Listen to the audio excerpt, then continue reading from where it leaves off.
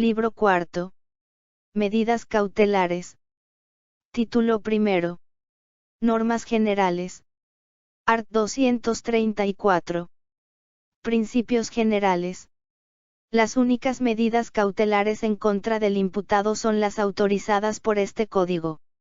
Las medidas cautelares solo serán impuestas, excepcionalmente, siempre mediante resolución judicial fundada y durarán el tiempo absolutamente imprescindible para cubrir la necesidad de su aplicación. Art. 235. Carácter. Las medidas serán de carácter personal o de carácter real. Las medidas cautelares de carácter personal consistirán en la aprehensión, la detención preventiva y la prisión preventiva, cuya aplicación se hará con criterio restrictivo. Las medidas cautelares de carácter real serán las previstas por el Código Procesal Civil. Estas podrán ser impuestas únicamente en los casos expresamente indicados por este Código y en las leyes especiales. Art. 236. Proporcionalidad de la privación de libertad.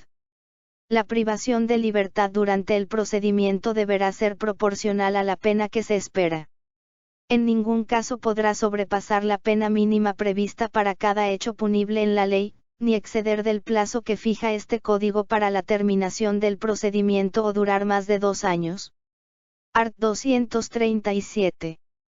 Prohibición de detención y de prisión preventiva. En los hechos punibles de acción privada, en aquellos que no dispongan pena privativa de libertad o cuando la prevista sea inferior a 1 año de prisión, no podrá aplicarse prisión preventiva, sin perjuicio de las medidas sustitutivas, que podrán ser decretadas conforme a la naturaleza de cada caso. Art. 238. Limitaciones. No se podrá decretar la prisión preventiva de las personas mayores de 70 años, de las mujeres en los últimos meses de embarazo, de las madres durante la lactancia de sus hijos o de las personas afectadas por una enfermedad grave y terminal debidamente comprobada. En estos casos, si es imprescindible alguna medida cautelar de carácter personal, se decretará el arresto domiciliario. Título segundo. Medidas cautelares de carácter personal.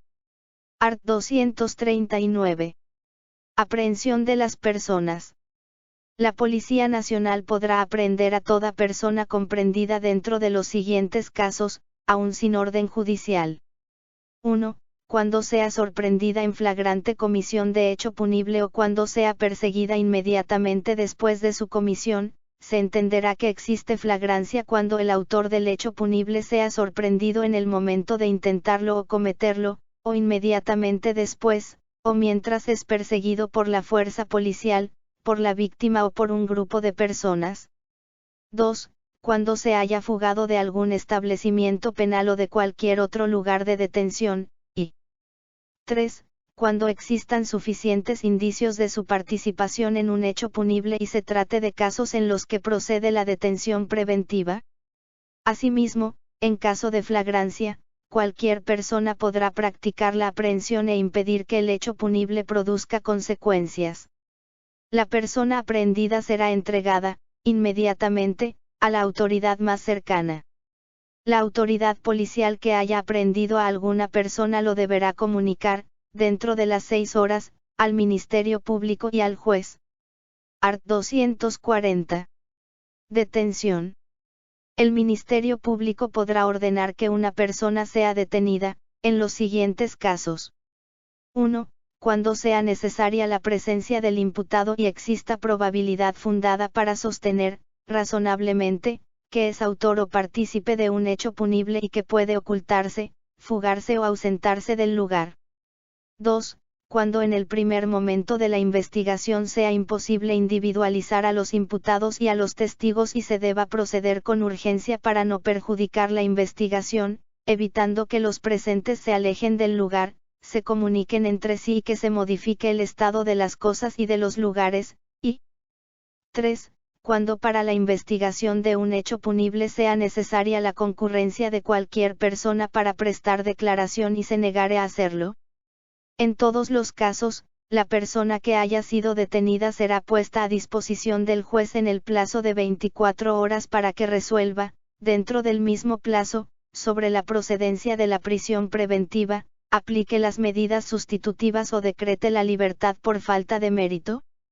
La orden de detención deberá contener los datos personales del imputado que sirvan para su correcta individualización, la descripción sucinta del hecho que la motiva y la identificación de la autoridad que dispuso su detención.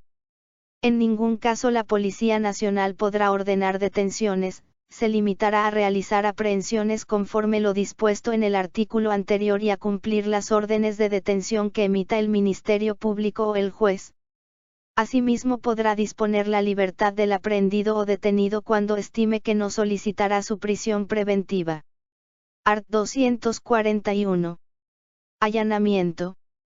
Cuando sea necesario allanar dependencias cerradas o recintos habitados, para el cumplimiento de la aprehensión o la detención preventiva, la orden judicial deberá consignar expresamente esta autorización, salvo las excepciones previstas por este código. Art. 242. Prisión preventiva. El juez podrá decretar la prisión preventiva, después de ser oído el imputado, solo cuando sea indispensable y siempre que medien conjuntamente los siguientes requisitos. 1. Que existan elementos de convicción suficientes sobre la existencia de un hecho punible grave. 2. Sea necesaria la presencia del imputado y existan hechos suficientes para sostener, razonablemente, que es autor o partícipe de un hecho punible, y 3. Cuando por la apreciación de las circunstancias del caso particular, existan hechos suficientes para suponer la existencia de peligro de fuga o la posible obstrucción por parte del imputado de un acto concreto de investigación. Art. 243. Peligro de fuga. Para decidir acerca del peligro de fuga, se tendrán en cuenta las siguientes circunstancias. 1. La falta de arraigo en el país, determinado por el domicilio, asiento de la familia, de sus negocios o trabajo y las facilidades para abandonar definitivamente el país o permanecer oculto. 2. La pena que podrá ser impuesta como resultado del procedimiento.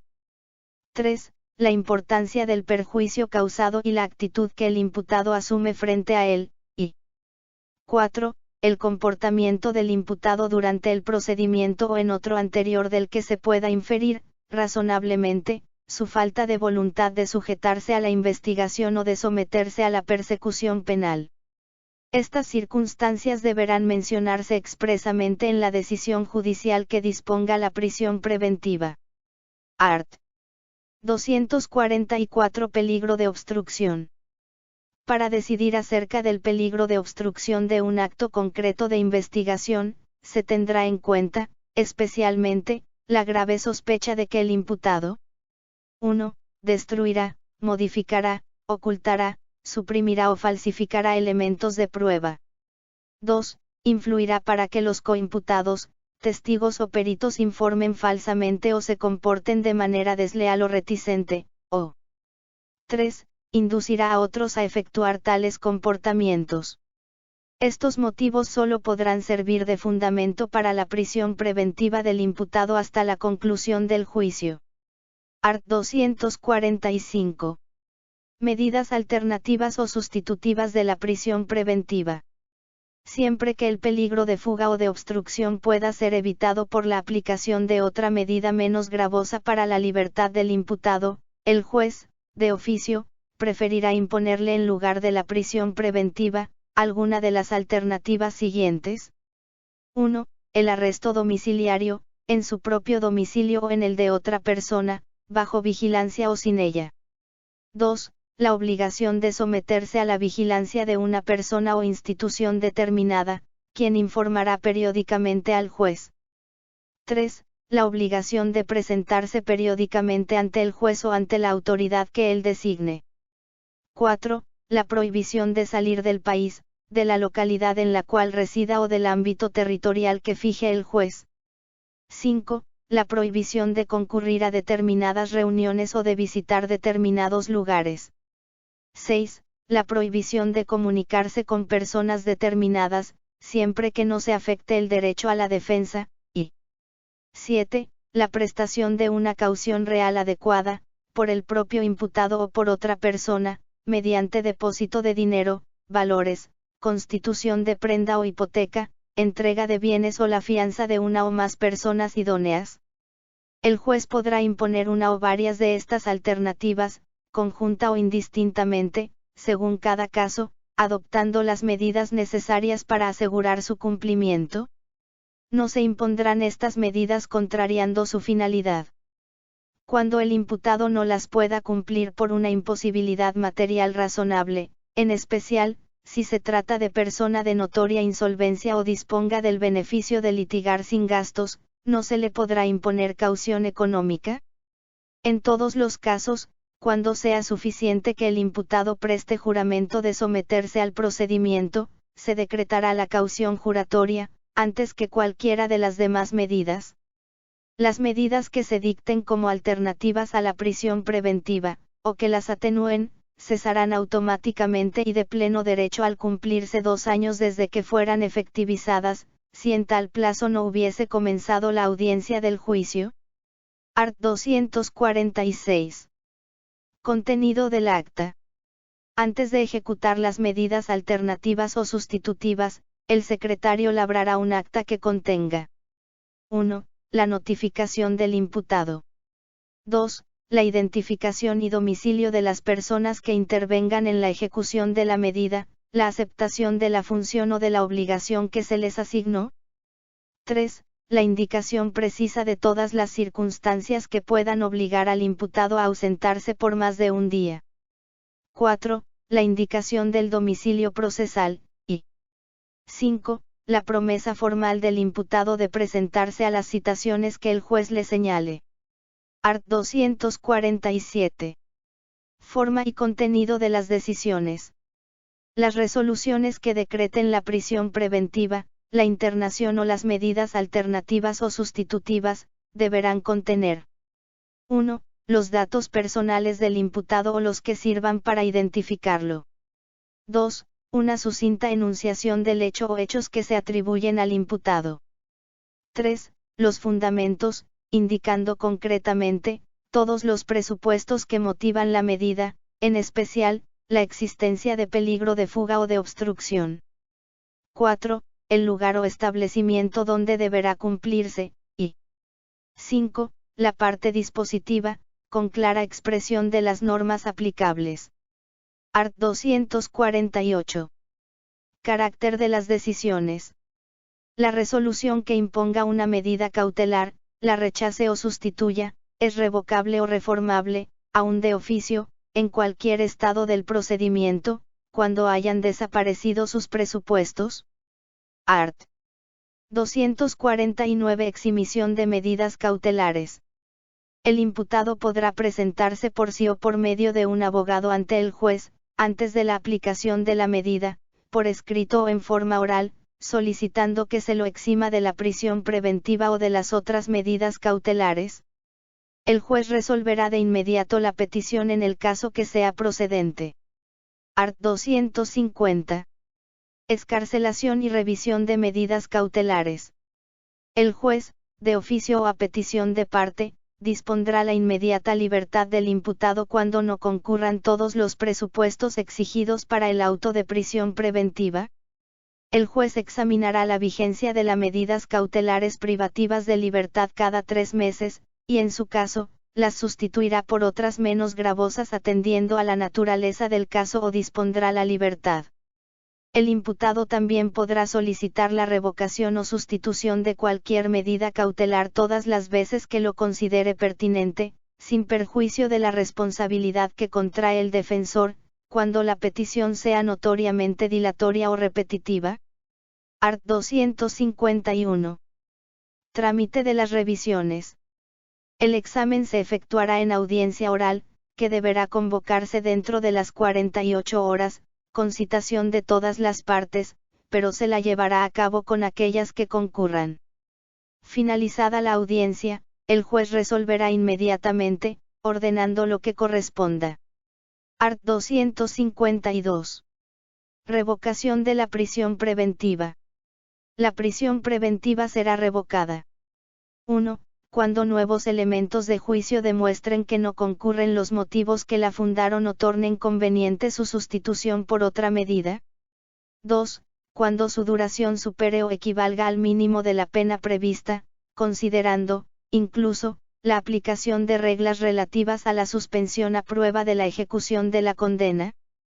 3. Cuando su duración exceda los plazos establecidos por este código, pero si se ha dictado sentencia condenatoria, podrá durar 3 meses más, mientras se tramita el recurso, y 4. Cuando la restricción de la libertad del imputado ha adquirido las características de una pena anticipada o ha provocado limitaciones que exceden las imprescindibles para evitar su fuga. Vencido el plazo previsto en el inciso 3, en adelante no se podrá decretar una nueva medida cautelar, salvo la citación o conducción del imputado por medio de la fuerza policial al solo efecto de asegurar su comparecencia al juicio. Art. 253. Apelación. La resolución que disponga, modifique o rechace las medidas cautelares será apelable. La interposición del recurso no suspenderá el cumplimiento de la medida apelada. En estos casos el emplazamiento se hará por 24 horas, luego de las cuales el juez remitirá inmediatamente las copias necesarias. El Tribunal de Apelación resolverá, sin más trámite, dentro de los 3 días siguientes de recibidas las actuaciones. Art. 254 Trato. El prevenido cumplirá la restricción de su libertad en establecimientos especiales y diferentes a los destinados para los condenados, o por lo menos, en lugares absolutamente separados de los dispuestos para estos últimos. El imputado, en todo momento, será tratado como inocente que se encuentra en prisión preventiva al solo efecto de asegurar su comparecencia al procedimiento o el cumplimiento de la sanción. La prisión preventiva se cumplirá de tal manera que no adquiera las características de una pena, ni provoque otras limitaciones que las imprescindibles para evitar la fuga o la obstrucción de la investigación, conforme a las leyes y reglamentos penitenciarios. El juez de ejecución controlará el trato otorgado al prevenido. Cuando constate que la prisión ha adquirido las características de una pena anticipada, comunicará inmediatamente al juez penal del procedimiento, quien resolverá sin más trámite en el plazo de 24 horas. Todo permiso, salida o traslado lo autorizará el juez penal del procedimiento. Art. 255 Internación. El juez penal podrá ordenar la internación del imputado en un establecimiento asistencial cuando medien conjuntamente los siguientes requisitos. 1. La existencia de elementos de convicción suficientes para sostener razonablemente que el imputado es autor o partícipe de un hecho punible. 2. La comprobación, por examen pericial, de que el imputado sufre una grave alteración o insuficiencia de sus facultades mentales, que lo tornan peligroso para sí o para los terceros, y 3. La existencia de indicios suficientes de que no se someterá al procedimiento u obstruirá un acto concreto de investigación. Art. 256. Incomunicación. El juez penal podrá disponer la incomunicación del imputado por un plazo que no excederá las 48 horas y solo cuando existan motivos graves para temer que, de otra manera, obstruirá un acto concreto de la investigación. Esos motivos constarán en la decisión. Esta resolución no impedirá que el imputado se comunique con su defensor. Asimismo podrá hacer uso de libros, recados de escribir y demás objetos que pida, con tal que no puedan servir como medio para eludir la incomunicación, y realizar actos civiles impostergables que no disminuyan su solvencia ni perjudiquen el trámite del procedimiento. El Ministerio Público podrá disponer la incomunicación del detenido solo por un plazo que no excederá las 6 horas, necesario para gestionar la orden judicial respectiva. Estos plazos son improrrogables. Art. 257. Cauciones. El juez penal podrá fijar la clase e importe de la caución y decidirá sobre la idoneidad del fiador. La caución podrá ser personal, real o juratoria. La caución personal podrá otorgarla toda persona que tenga suficiente arraigo en propiedades raíces y tenga capacidad legal para contratar. La caución real podrá constituirse mediante garantía real o depósito de sumas de dinero o valores razonables que fije el juez con relación al patrimonio del imputado que cubran las penas pecuniarias y el valor de las costas procesales. La caución juratoria la podrá otorgar el imputado cuando la naturaleza del hecho punible que se le atribuya, haga presumir que no burlará la acción de la justicia. Cuando la caución sea prestada por otra persona, ella asumirá solidariamente con el imputado la obligación de pagar la suma que se le haya fijado. Con autorización del juez, el imputado y el fiador podrán sustituir la caución por otra equivalente. Art. 258. Ejecución de las cauciones. En los casos de rebeldía o cuando el imputado se subtraiga de la ejecución de la pena, se fijará un plazo no menor de 5 días para que comparezca al procedimiento o cumpla la condena impuesta. Este emplazamiento será notificado al fiador, advirtiéndole que si no comparece el imputado o no justifica estar impedido por fuerza mayor, la caución será ejecutada, conforme a lo previsto por este código. Art. 259. Cancelación de las cauciones. La caución será cancelada y devueltos los bienes afectados, siempre que no hayan sido ejecutados con anterioridad. 1. Cuando el imputado sea puesto en prisión preventiva o arresto domiciliario. 2. Cuando se revoque la decisión que impuso la caución. 3. Cuando por resolución firme, se absuelva o se sobresea al imputado. 4. Cuando comience la ejecución de la pena privativa de libertad o se prescinda de ella, y 5. Con el pago de la multa impuesta en la sentencia. Título 3. Medidas cautelares de carácter real. Art. 260. Medidas cautelares reales. Las medidas cautelares de carácter real serán acordadas por el juez penal, a petición de parte, para garantizar la reparación del daño. El trámite y resolución se regirá por el Código Procesal Civil. Libro V. Costas e indemnizaciones. Título 1. Costas. Art. 261. Imposición. Toda decisión que ponga término al procedimiento o a un incidente, se pronunciará sobre el pago de las costas procesales.